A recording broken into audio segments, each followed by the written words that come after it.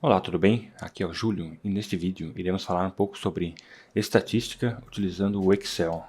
Iremos realizar alguns cálculos ali utilizando o Excel. Irei mostrar como realizar o cálculo do desvio padrão e da variância de um conjunto de dados. Então, vamos lá. Bom, começando aqui eu defini alguns valores ali que aleatórios para representar um pequeno conjunto de dados, né? Com apenas 5 números aqui, bem pequeno realmente, para a gente fazer o cálculo baseado nesses dados. Então, começando aqui, eu defini peguei alguns valores aqui, né? Coloquei, por exemplo, a soma desses valores, coloquei a média aqui, tanto a média aqui realizando a soma dos valores dividido pela quantidade, como a média usando a função pronta do Excel também. Aí aqui, colocando o valor da amplitude, que seria o máximo menos o mínimo desse conjunto de dados. E aqui tem a quantidade de valores, né, usando a função do count.valores. Aí aqui a gente já começa com a variância, né? Bom, aqui tem as fórmulas da variância e do desvio padrão. A variância aqui, a fórmula dela é basicamente a soma dos elementos menos a média, elevado ao quadrado e dividido pela quantidade de elementos. Ou seja, a gente vai pegar cada elemento ali desse conjunto de dados, fazer ele menos a média e elevar ao quadrado. Aí a gente vai somar todos esses resultados para cada elemento e depois de ter essa soma a gente divide pela quantidade de elementos, né? Que é isso aqui. Aí no Excel já tem a função pronta ali da variância, que é a var. Aí tem a var.p e a var.a. A var.p é para variância populacional e a var.a é para variância de amostra. A diferença entre elas é que basicamente na variância populacional o cálculo dela é um pouco diferente da variância de amostra. Eu vou mostrar aqui que eu fiz aqui utilizando a função reduce com lambda aqui do Excel, né, que são umas funções até que recentes ali. E aqui eu estou fazendo o cálculo usando esse conjunto de dados aqui. Então, aí aqui o cálculo da variância populacional e da variância de amostra dá para ver a diferença. Só muda basicamente uma coisa que eu vou explicar. Então, o que a gente está fazendo aqui, né? Em cada o reduce ele vai aplicar ali uma função para cada elemento do array e vai retornar um resultado apenas, né? Eu até expliquei no vídeo anterior, vou deixar no card aqui, para quem quiser entender melhor. Mas basicamente daí ele vai aplicar uma função ali em cada elemento desse array. E aí eu estou chamando uma função lambda aqui, que está recebendo dois parâmetros, que é o acumulador e o valor corrente, valor atual. Então, em cada elemento desse conjunto aqui, a gente vai realizar essa função aqui, né, esse cálculo, que é basicamente o valor que já está acumulado, mais o valor atual, menos a média, e elevado ao quadrado. Então, em cada elemento ali, ele vai fazer isso aqui, né? Vai pegar o atual menos a média, elevar ao quadrado. E daí o resultado disso, ele vai somar com o valor que já está acumulado.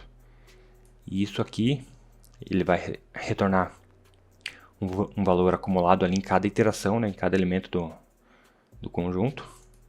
E vai somando eles. Então, no final, isso aqui vai ter a soma ali que a gente quer, né? Que seria a soma de cada elemento menos a média elevado ao quadrado.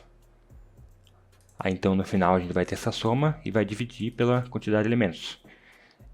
Essa que é a diferença do variância populacional para o variância de amostra, né? O variância populacional ele divide pela quantidade de elementos. Já o variância de amostra ele divide pela quantidade de elementos menos 1. Então essa que é basicamente a diferença. Eu vou até demonstrar aqui o passo a passo de como que ele faz esse cálculo, né? Para ficar ficar melhor explicado esses steps ali. Então, basicamente aqui, ó, em cada iteração ali, por exemplo, ele vai começar no 87, né, que é o primeiro elemento. Então, ele vai pegar o 87, fazer menos a média, que é 86.80, 87 menos 86.80, e fazer isso aqui ao quadrado. 0.04. Aí esse valor aqui vai estar no accumulator dessa primeira iteração, né? Ele vai retornar isso aqui.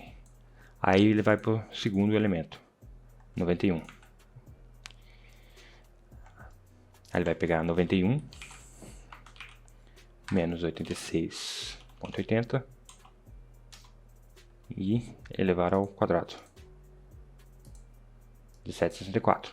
Aí ele vai pegar esse valor e somar com o accumulator, né, que até então é 0.04 mais 0,04. Aí o novo accumulator agora seria 17.68. Aí beleza. Aí ele vai para o próximo número, que é o 84. Vou fazer 84 menos 86,80. Dá esse número aqui, elevado ao quadrado, 784.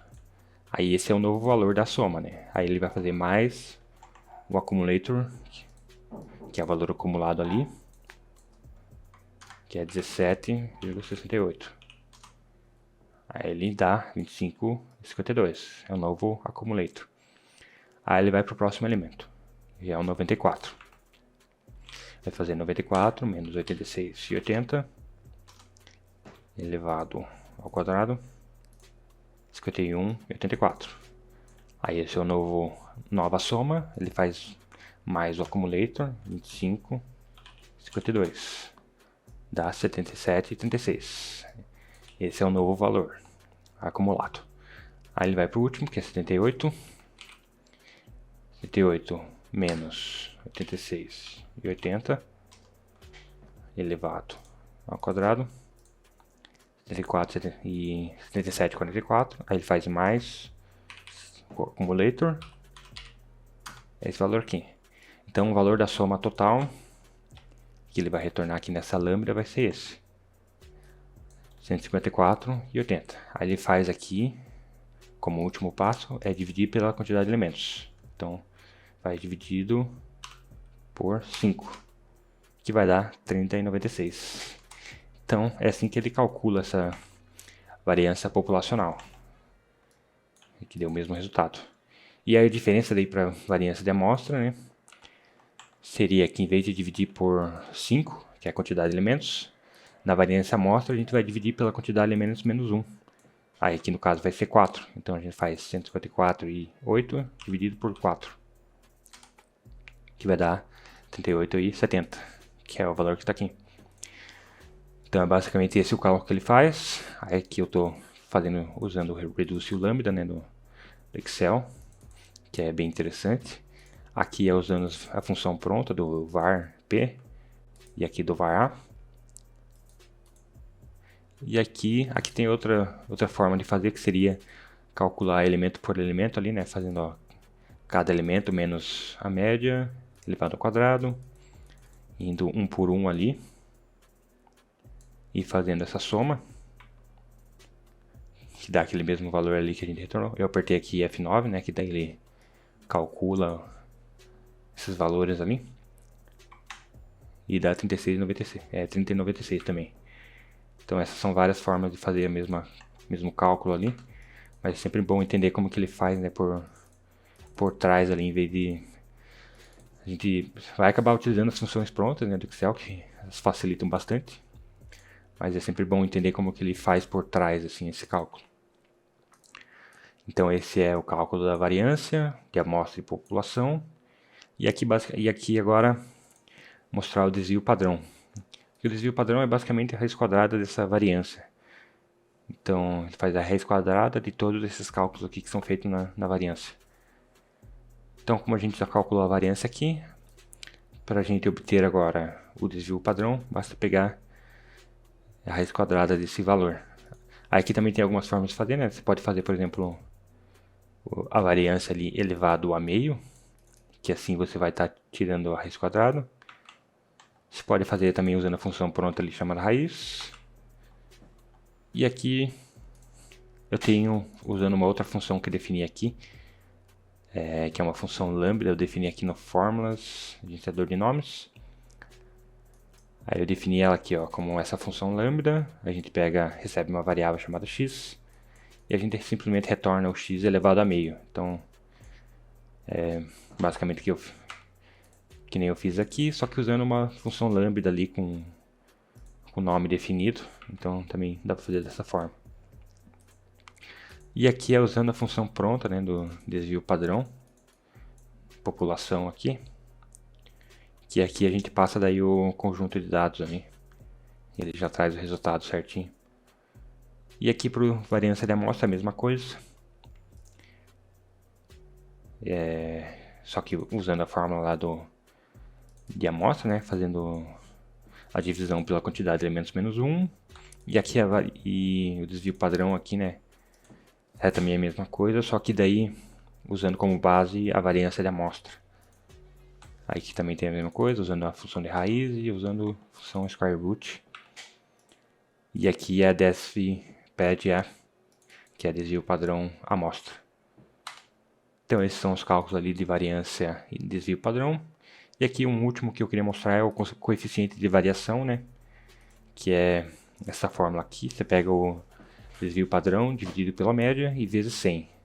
Aí ele vai dar ali algum valor, que pode ser interpretado dessa seguinte forma aqui, né? Se for menor que ou igual a 15%, significa que os dados são mais homogêneos, ali são mais semelhantes, digamos, e tem baixa dispersão.